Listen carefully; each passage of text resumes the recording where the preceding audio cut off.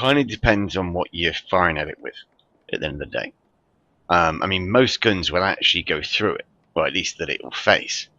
Certain guns will actually go through it really easy, and other guns will kind of struggle a little bit.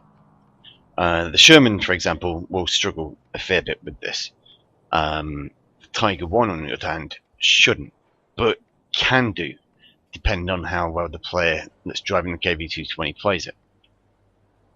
As far as its armour goes, it's actually pretty decent, apart from that spot and the top plate.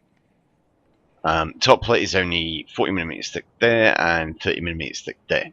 So, like a MK108 or MK103?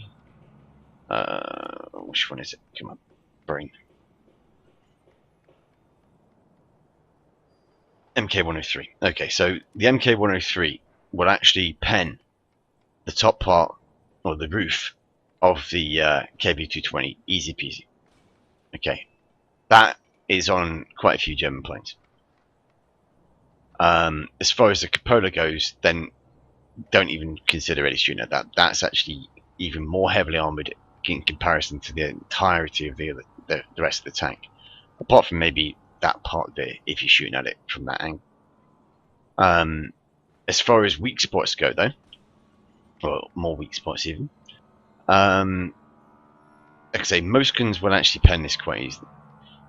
For example, it's got 100mm there, and it is sloped, and it gives 122mm, but again, most guns will actually go through that this will face. A few won't, or a few will struggle, but as I say, it depends on how you play it. One thing you'll probably see me do a lot is angle. I'll angle my tank 90% of the time when I'm fighting against an opponent, unless I'm in like a hold down position, in which case I won't really need to. But if I'm in the open, like on one of these urban maps, I will be angling my tank all of the time when I'm engaging opponents. That's to do with side scraping and also increasing the effectiveness of the armor that I've got. By angling the armor, it increases the thickness of the armor. Let me just give you a quick example. Say someone's shooting at this tank normally, straight at the front. You've got 118mm just there. Now, if I'm angling it by about that much, it increases it to 137mm. And it's all down to that at the end of the day. It's increasing the effectiveness of the armor that I've got. And it works for really any tank. I mean, it'll work even on British tanks with 30mm of armor. It won't be a massive increase, but it does help. And that's the reason why I do it. I'd recommend. I mean, if you're new to the game or new to tanking type games, try it. Drive into battle and drive up to every tank and just do a face-on engagement, like don't angle at all, and then do another game and angle by about 20 to 30 degrees against, you know, the same opponents, and see how well it goes. As far as this thing goes, anyway, I did get a little bit off topic there. But yeah, other weak spots. Turret ring just there. That's only 100mm. That is a constant all the way around, as you can see. And it is only 100mm. So, you know, unless you're shooting at an obscure angle like that, you're only hitting 100mm. Okay? Another really bad weak spot for this is the actual mantlet. If I just highlight that, you can see that this is the kind of like supporting armor that goes around and underneath the gun mantlet. But if you look there, it doesn't really overlap that much. And in that regard, this entire orange area here is only protected by 90mm of armor, which means that 90% of the time your shots will go straight through there and straight into the turret. If it's a powerful enough gun, it'll also go straight through the gun, or the gun, what's it called, breach, and explode within the turret, killing most of the turret crew. If it does that, then he's only down to 2 crew left at that point, and you can pretty much wait until he's one of his crewmen switches into that position there, and then shoot that same spot, or just keep on shooting. You know, it's your call at the end of the day. But yeah, that is quite a significant weak spot if you know about it.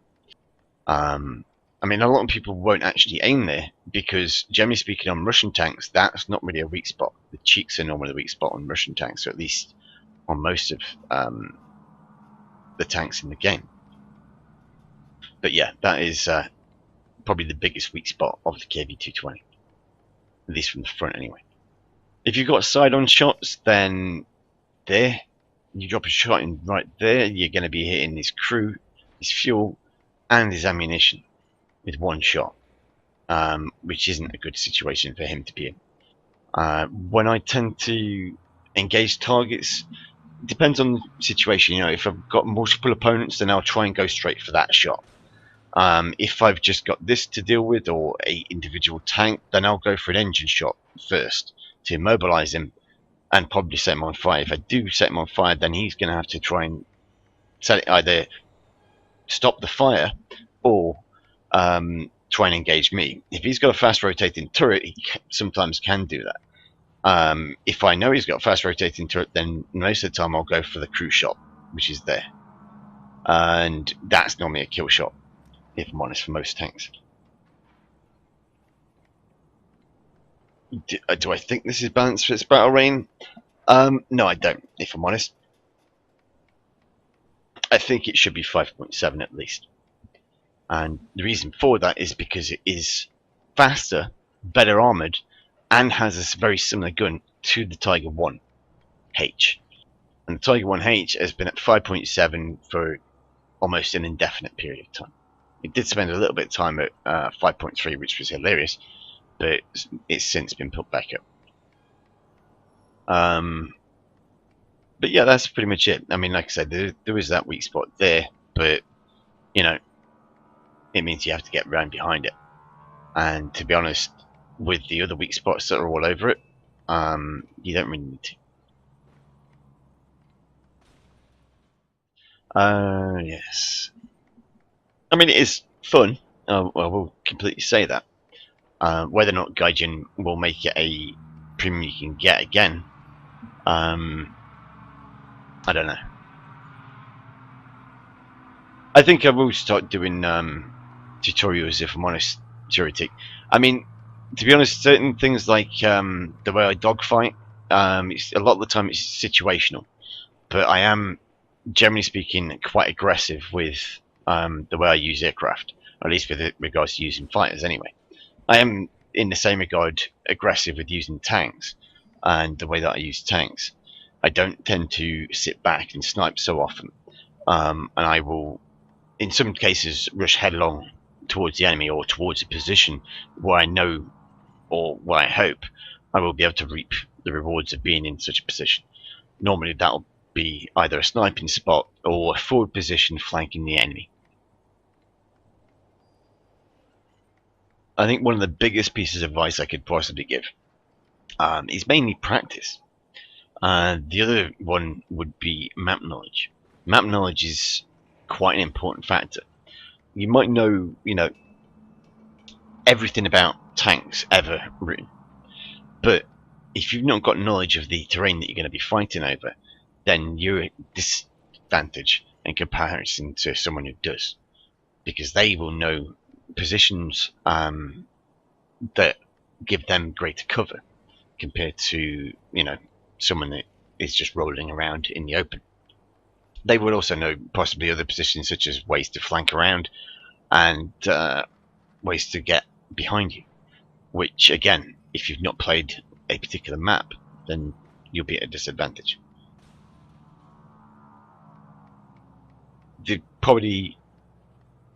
I would say third most important, but it's possibly second most important, and map could be third in certain respects, would be actual tank knowledge. Knowing how to engage opponents, knowing where to shoot them, and knowing where to aim with regards to hitting the sweet spots for them.